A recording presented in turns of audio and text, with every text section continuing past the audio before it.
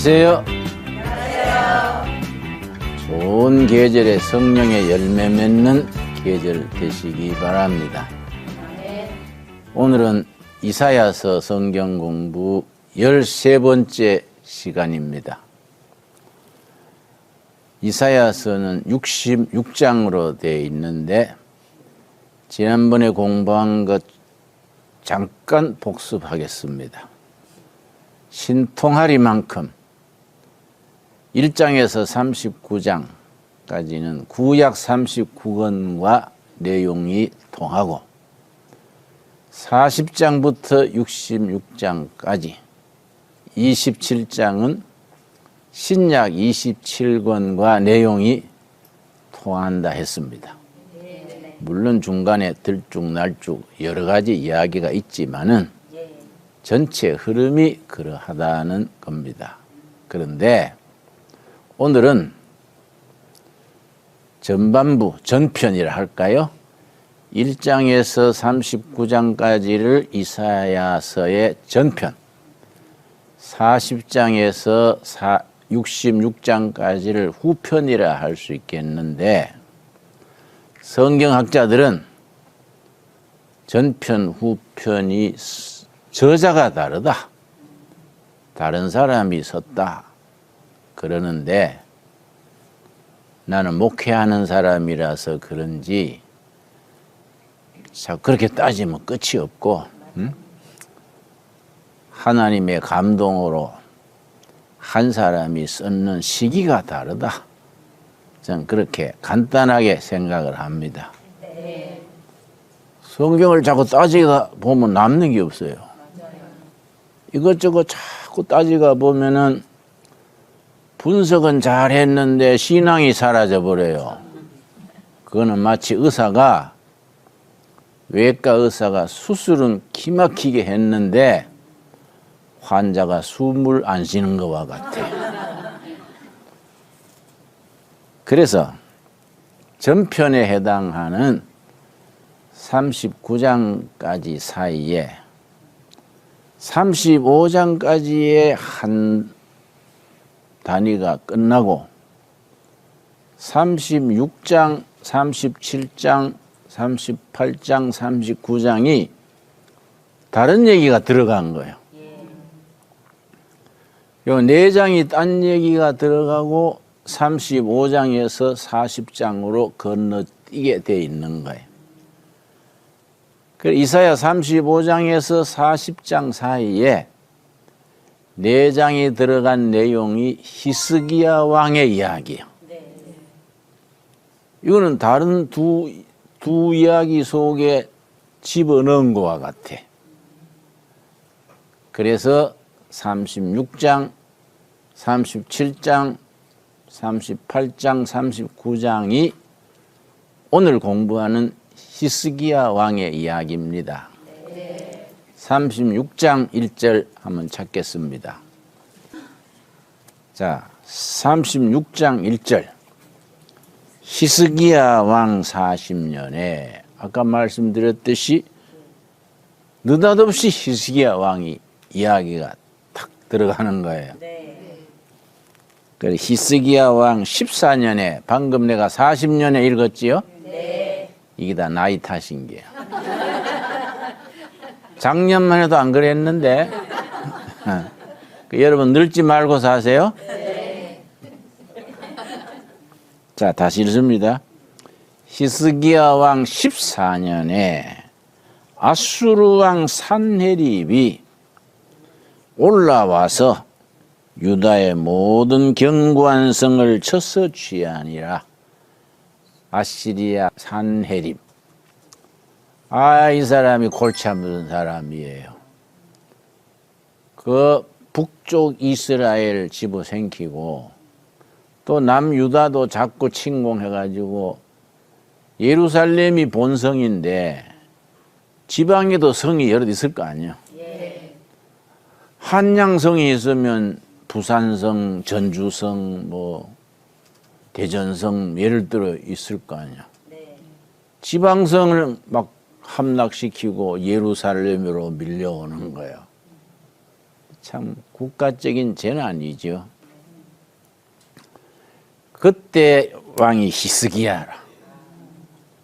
그 산헤립이 대군을 거느리고 밀려오니까 역사상에 등장한 제국 중에 가장 잔인한 제국으로 알려진 나라가 아시리아입니다.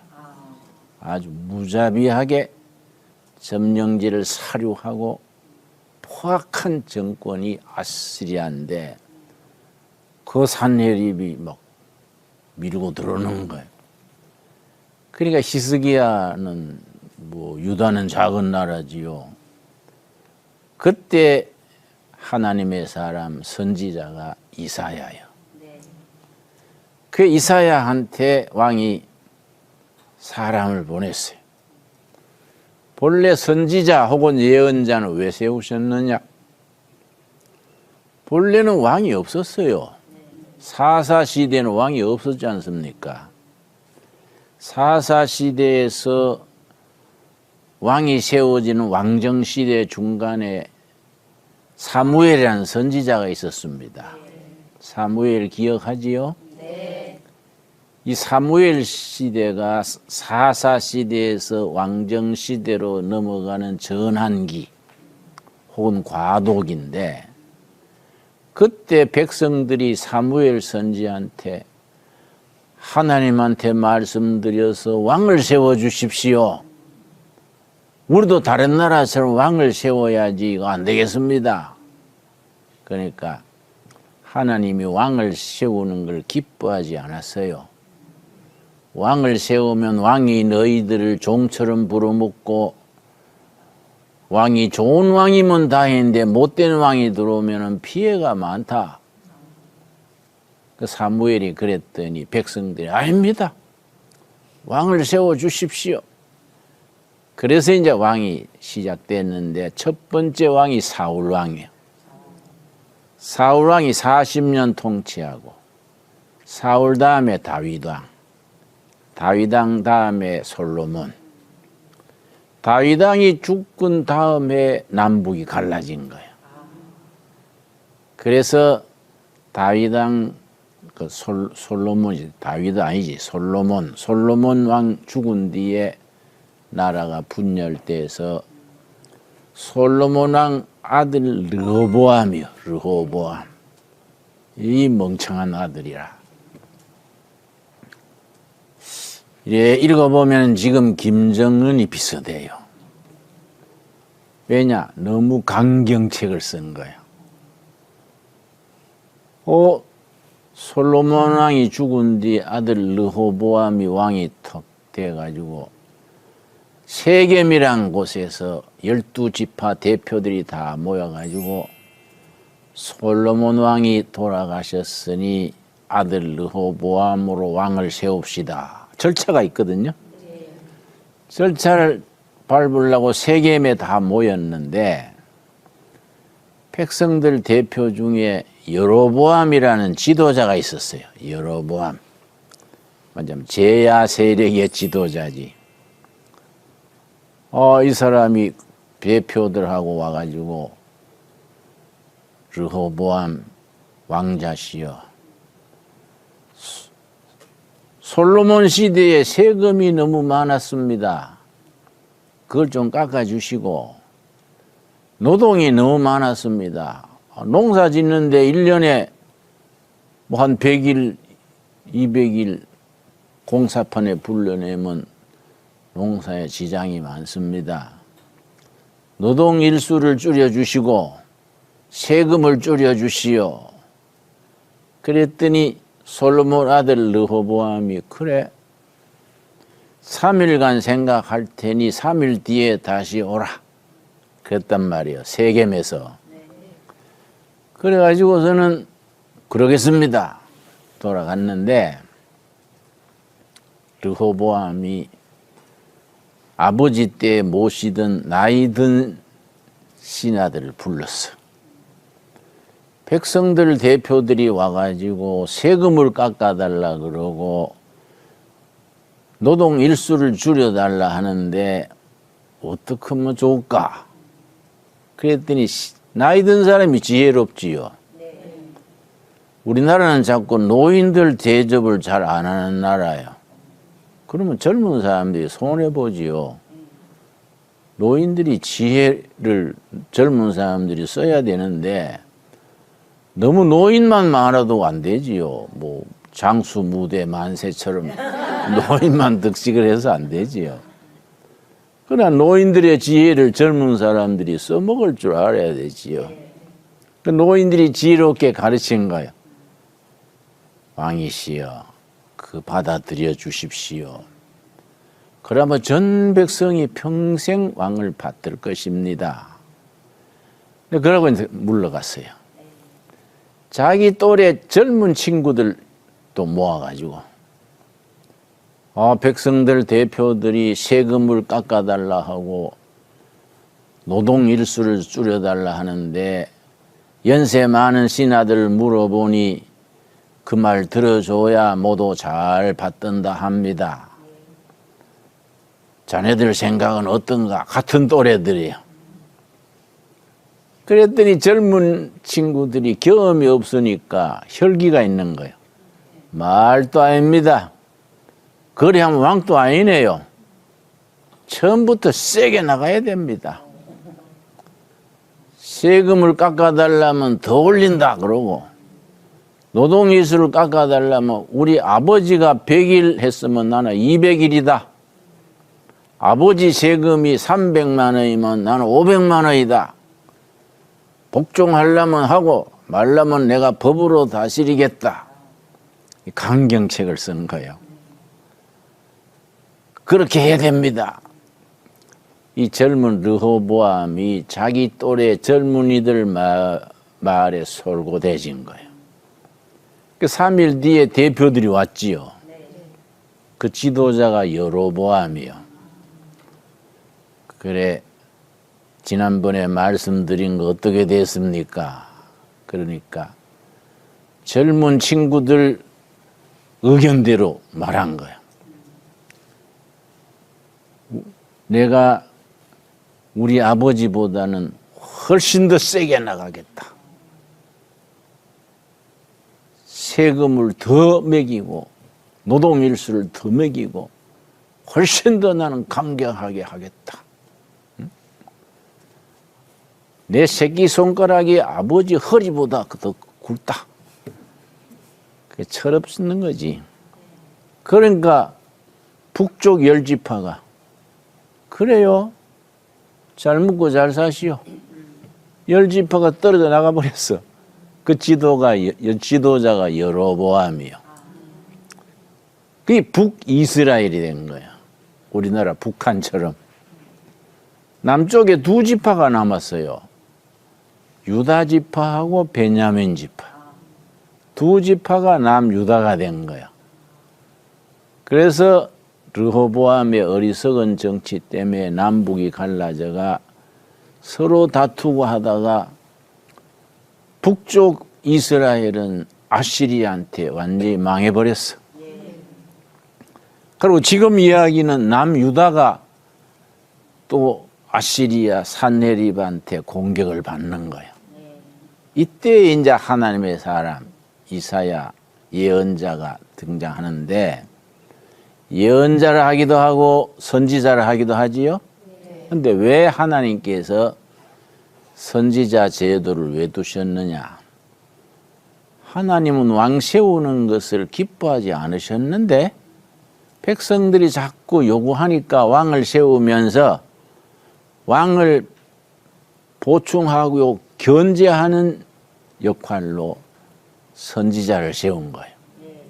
그래서 왕 제도의 약점을 선지자가 보충해 주는 거예요.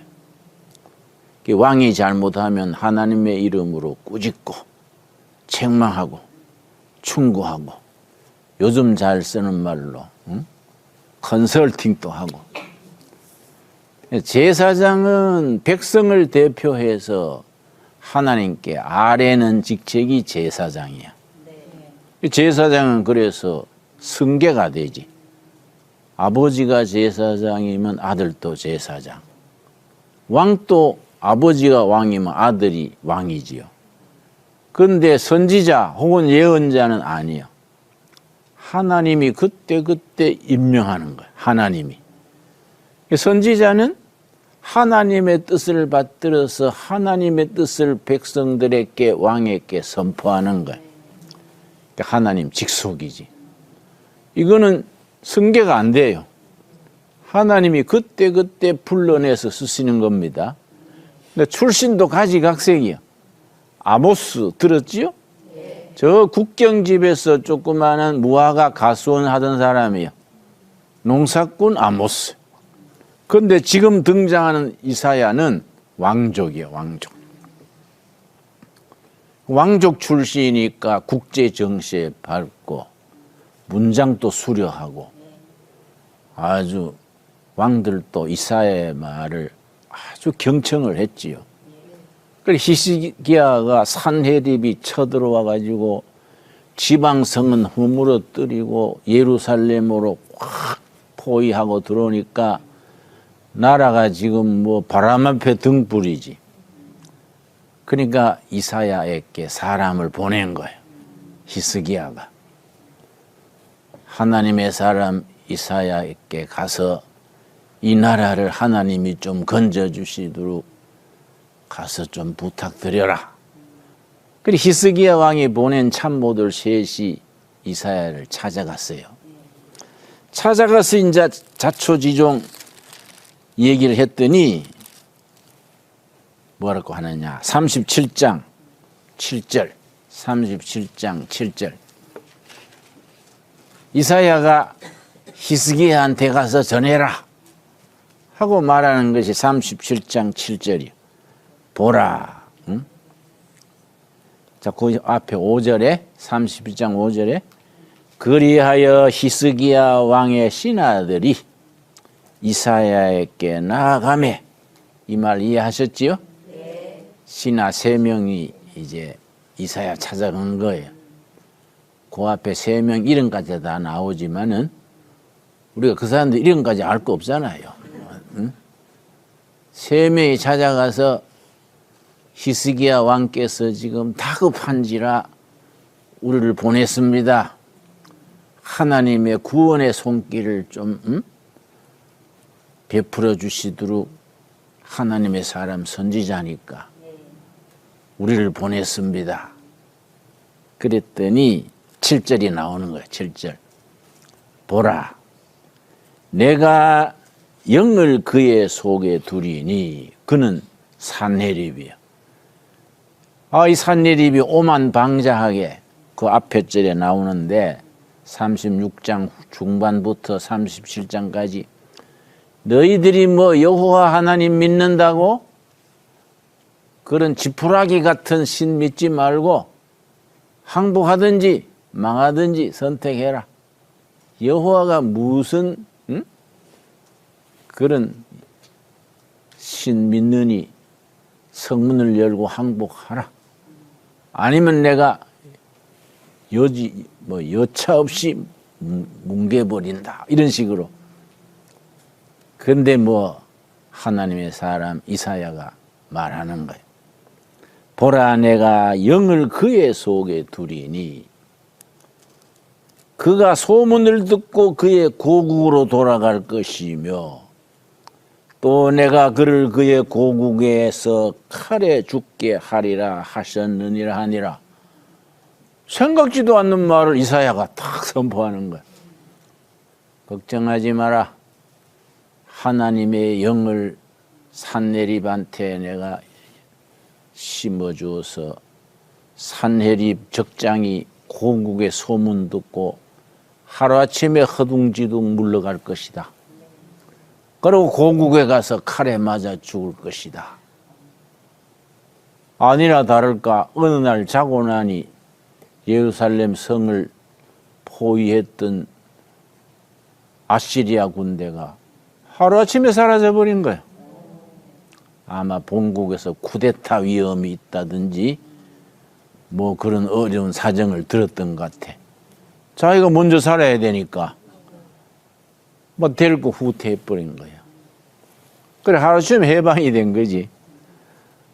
근데 고국에 가가지고 아시리아 자기가 섬기는 신이 있잖아요. 그 나라가. 신전에 가서 제사 지내는 동안에 칼에 찔려 죽었지요. 산헤립이. 그래서 그 세상 헛된 왕이 쓸데없는 짓 하다가 명대로 못 살고 죽은 거예요. 그러니까 사람들이 권력이다, 뭐 재물이다, 명예다 다 조심해야 돼요. 지금도 마찬가지입니다. 사도행전 12장 한번 봐요. 사도행전 12장. 그래서 사람들이 잘 나갈 때 조심해야 돼요. 돈 있을 때, 권력 있을 때, 좋은 자리 있을 때 조심해야 되는 겁니다. 사도행전 12장에 보면은 헤롯 왕이 있었어요. 헤롯 왕. 예수님을 십자가에 죽게 하고 권력을 휘두르던 헤롯 왕이 자기 권력을 믿고 흥청거렸지요. 그랬는데 21절 사도행전 12장 21절 헤롯이 나를 택하여 왕복을 입고 단상에 앉아 백성에게 연설하니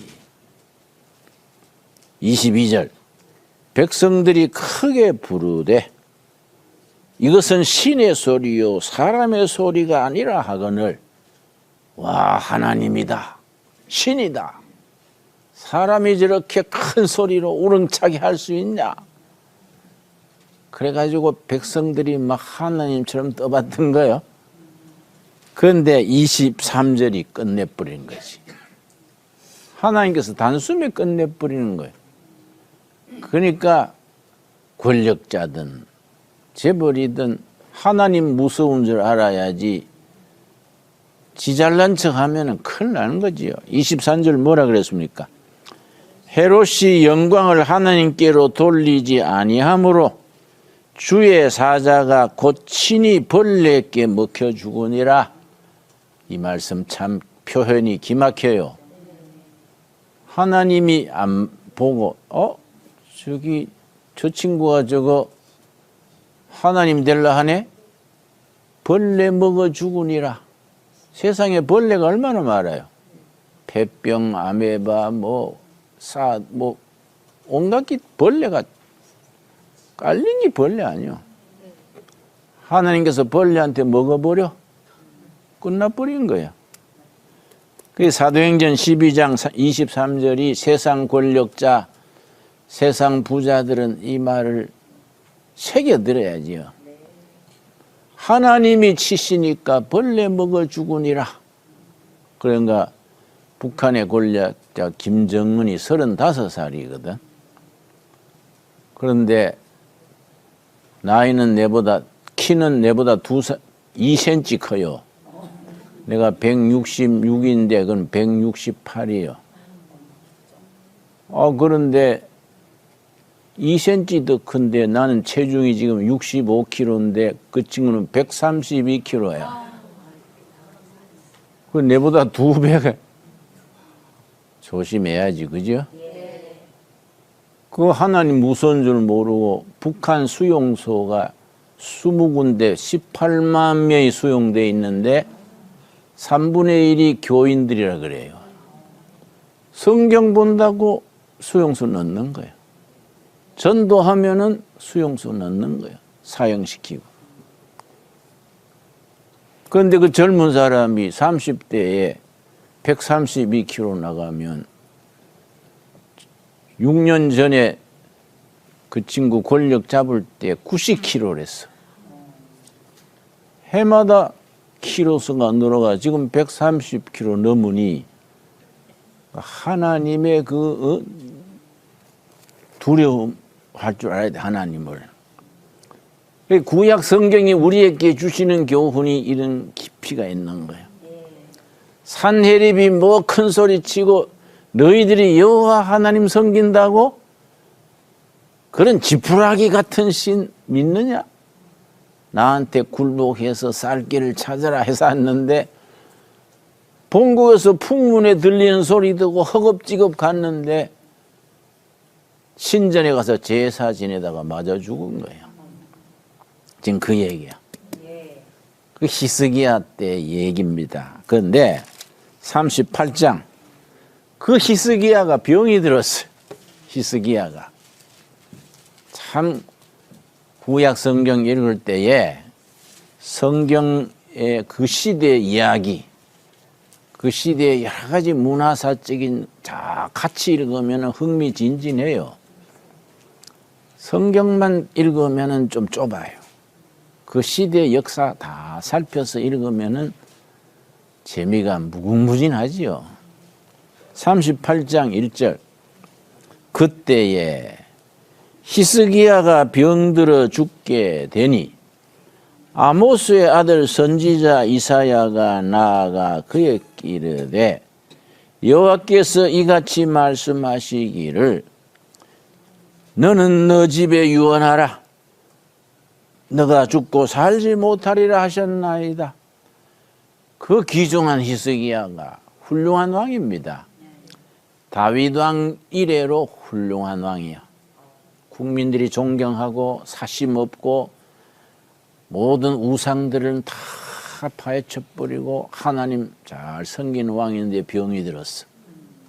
근데 죽을 병인기라. 하나님의 사람 이사야가 이번 병은 죽을 병입니다. 유언을 하시고 후계자 세우고 하세요. 하나님이 죽는 걸로 선포해 놓은 거예요. 한 나라의 왕이 죽는 게 뭐 쉬우십니까? 빨리 정리하세요. 히스기야가 잘했어. 이걸 영적이라 그래. 영적이란 건 이런 거예요. 2절이 히스기야가 영적으로 대한 겁니다. 히스기야가 얼굴을 벽으로 향하고 여호와께 기도하여. 히스기야가 뭐 했다고요? 기도. 뭐 신하들 불러가지고 새로 나온 약 없냐? 좋은 의원이 없냐? 외국에 수입하더라도 해봐라. 뭐 이럴 거 아니야? 김정일이는 미국까지 제국주의로 욕하는 미국까지 의사 10명 보냈는데 그래도 뭐 속절없이 죽었잖아요. 그런데 히스기야는 그래 안 했어. 딱 벽을 향해 앉아가 눈물로 기도하는 겁니다. 요 벽이란 말이 중요해요. 벽. 죽음이라는 벽이야. 죽음. 그래서 2차 대전 이후에 2차 대전 때에 기독교 국가들끼리 전쟁해가지고 몇 천만이 죽었잖아요. 독일도 기독교 국가고 영국도 기독교 국가고 미국도 기독교 국가인데 러시아까지 다 기독교 국가들이 전쟁해가지고 수천만이 죽었지 않습니까? 그 2차 대전을 비극을 겪으면서 사람들이 정신이 번쩍 드는 거예요.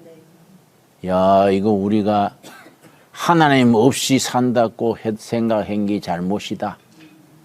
그래서 하나님 찾는 운동이 2차 대전 후에 일어났는데 새로운 철학이 일어났어요. 실존주의 철학 그래요. 이 실존주의 철학자들이 예를 들어서 덴마크의 키엘케골, 독일의 야스퍼스, 프랑스의 마르셀 이런 실존주의 철학자들이 야 인간끼리 무한정 발전할 수 있을 걸 오해했다. 인간이란 건 이거는 모순이고 이거는 불합리하고 골치 아프다. 하나님 없는 세상은 큰일 나겠다. 그래서 실존주의 철학자들이 용어를 하나 썼어요. 한계상황. 인간이 인간으로서 도저히 넘을 수 없는 벽을 한계상황 그랬어요. 그 영어로는 바운더리 시츄에이션. 바운더리는 국경할 때 바운더리, 경계선. 시츄에이션은 상황이에요. 그 실존주의 철학자들이 한계상황, 바운더리 시츄에이션. 인간이 인간으로서 도저히 넘을 수 없는 벽. 그걸 5가지를 집었어요. 5가지. 첫째는 생로병사. 나서 늙어 병들어 죽는다. 누가 그걸 막겠어요? 두 번째, 인간은 고독하다. 고독해서 결혼했는데 마누라는 옆에 콜골골 자는데 남자는 고독한 거예요. 자식 낳아가지고 위로받았는데 고등학교 졸업하고 대학 가고 나니 뭐 엄마는 우울증 걸려. 인간은 고독하다. 이건 누구도 벗어날 수 없다. 그러니까 독일 사람들은 그걸 아주 문장으로 딱 아인잠카이트 고독이란 말이야. 이스트 마인의 하이마트. 하이마트는 고향이야. 고독이 나의 고향이로다. 누구도 고독을 피할 수 없다. 그게 한계 상황이다. 그래서 아인잠카이트 이스트 마인의 하이마트. 고독이 우리의 고향이다. 세 번째는 뭘 들었냐? 인간은 투쟁한다. The man is war. 인간은 전쟁이다. 야. 투쟁한다. 야. 이건 피할 수 없다 이거지. 전쟁이 나야 전쟁이 아니다 이거지. 살아가는 게 전쟁이다 이거. 네 번째는 인간은 방황한다. 다섯 번째가 아주 이거는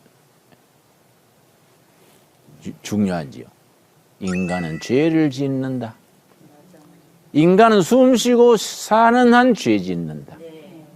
실존주의 철학자들이 그걸 한계상황. 인간이 죄를 짓고 사는 것은 피할 수 없는 한계상황이다. 다만 하나님 앞에 무릎 꿇고 회개함으로 용서받는 거이지 죄를 피할 수 있는 인간은 없다. 이 한계상황. 인간이 넘을 수 없는 벽이에요. 그런데 히스기야가 죽음의 벽을 마주했잖아요. 이사야 선지를 통해서 이번에 왕이 죽을 병입니다. 다 정리하시고 후계자 세우시고 하세요. 그랬더니 아까 말씀드린 것처럼 죽음이라는 벽, 한계상황 앞에 탁 앉아가지고 세상 방법 찾은 게 아니지. 꿇 엎드려서 통곡하며 기도하는 거예요. 하나님, 내 죽는 거는 좋습니다만 이 백성 어쩔까요? 아시리아는 시시 때때로 나라를 삼키려고 기회를 노리고 있고 백성들은 어리고 이거 어떠면 좋을까요? 울면서 기도한 거예요. 그게 3절이요. 3절. 이르되 여호와여 구하오니 기도하오니 내가 주 앞에서 진실과 전심으로 행하여 주의 목전에서 선하게 행한 것을 기억하옵소서 하고 히스기야가 심히 통곡하면서 기도한 겁니다. 그런데 이런 말이 있어요. 하나님은 눈물에 약하시다. 답답한 일이 있을 때 울어버려. 하나님 내 웁니다. 골방에서나 성전에 가서나 통곡하면서 우는 거예요. 하나님 내 죽는 건 좋습니다. 이 백성 어쩌면 좋겠습니까? 내가 잘하지는 못했지만은 정직하게 열심히 하려 했던 거 살펴주십시오 하고 통곡하면서 울었는데 하나님께서 그 눈물의 기도를 기특하게 보신 거예요. 그래서 어떻게 했냐? 4절. 이에 여호와의 말씀이 이사야에게 임하여 이르시되 하나님이 세우신 선지자 왕의 제도를 보충하려고 하나님이 세운 사람이라 했지요? 이사야에게 하나님께서 왕 히스기야에게 가서 말해라. 기특하다. 통곡하면서 회개하며 기도하는 게 기특하다. 내가 좀 봐줘야겠다. 하나님의 사람 이사야한테 하나님이 지시가 떨어진 거예요. 5절입니다. 5절. 이 본문이 아주 기맥혀요. 우리 인생 살아가면 뭐 히스기야만 벽에 부딪힙니까? 인생 살면은요 끊임없는 벽이요. 이 벽 넘고 나면 다른 벽 나오고 또 다른 벽 나오고. 그래 인생은 장애물 경주와 같아요. 내가 살아오이 그래. 장애물 하나 넘고 나면 이제 편하겠지 하고 쉴만하면 또 더 큰 장애가 나타나. 허둥지둥 또 뭐 넘기고 나면 이제 편하겠지 하면 또 멀쩡하던 남편이 말썽 피우네. 여러분 그건 알지요? 모든 남편은 속색입니다. 자기 남편만 골치 아픈 줄 알면 안 돼요. 모든 남편은 속색입니다. 그건 원칙이에요, 원칙. 그래, 아들이 둘이고 남편이 하나면 아들 셋이라 생각하면 돼요. 남편이라는 아들이 제일 속색이는 아들이. 그래 알고 살아야지 뭐 회사 같으면 인사이동 하면 되지요. 바꾸면 되지만은 부부는 안 그렇잖아요. 아, 히스기야가 사람이 됐다. 통곡하면서 회개하면서 기도하니 내가 봐줘야겠다. 이사야 선지한테 하나님의 명이 떨어진 거예요. 그래서 그게 5절이죠. 5절. 너는 가서 히스기야에게 이르기를 너 조상 다윗의 하나님 여호와께서 이같이 말씀하시기를 내가 너 기도를 들었고 너 눈물을 보았노라. 내가 너 수한에 15년을 더하고. 아, 멋있는 말씀이요. 내가 너 기도를 들었고 너 눈물을 보았노라. 이게 뭐 해결책이지요. 세상에 약이 없는데 약이 한 가지요. 하나님 앞에 통곡하면서 기도하는 거예요. 그래 누가 우리 교인 중에 목사님지가 무슨 병인데 약이 없대요. 그래서 그럼 마지막 약이 하나 남았지. 뭐예요? 두레마을에 그런 무슨 약초가 있었어요? 두레마을에 있는 게 아니라 하나님한테 있지. 무슨 약인데요? 신약 구약이 있지. 뭐 약이잖아요. 신약 구약. 세상에 약 없다 그러지 말어. 히스기야는 병들어 죽게 결정돼 있었는데 통곡하면서 벽 앞에서 인간이 넘을 수 없는 벽. 아까 실존 철학에서 뭐라 한다고요? 한계 상황. 그 벽 앞에서 눈물로 기도하니까 내가 너 기도를 들었고 너 눈물을 보았노라. 생명을 몇 년 연장해 줬습니까? 15년. 15년이면 뭐 대박이지. 15년. 15년을 연장해 준 거예요. 이 살아계신 하나님의 역사지요. 옛날에 흘러간 얘기가 아니다 이거야. 지금 우리한테도 그대로 살아있는 말씀입니다. 부부 문제, 가정 문제, 자식 문제, 무슨 문제든지 있으면 벽 앞에서 통곡하면서 기도하는 거예요.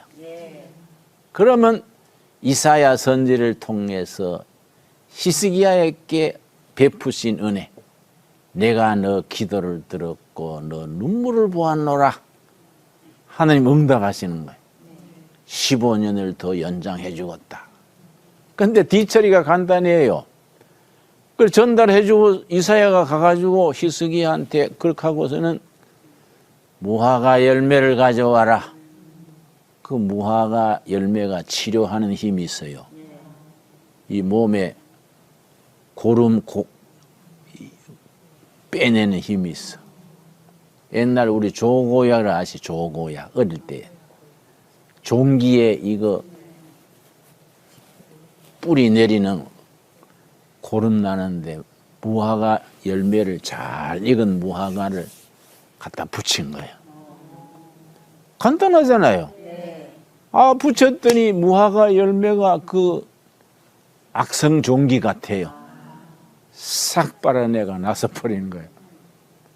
한 왕이 죽을 줄 알았는데 그것이 간단해. 그 나라는 천지가 무화과인데 우리나라 감나무 많듯이 무화과가 그렇게 많은데 그거 잘 익은 거 갖다 붙였더니 싹 뽑아내가지고 고쳐진 거예요. 그러니까 하나님이 처방은 간단하지. 그러니까 하나님 앞에 못된 짓 하면은 사도행전 12장에 있듯이 하나님이 친히 벌레 먹어 죽으니라. 실감 나는 말이지요. 하나님이 자비를 베푸시니까 무화과 열매 가지고 죽을 병이 사는 거예요.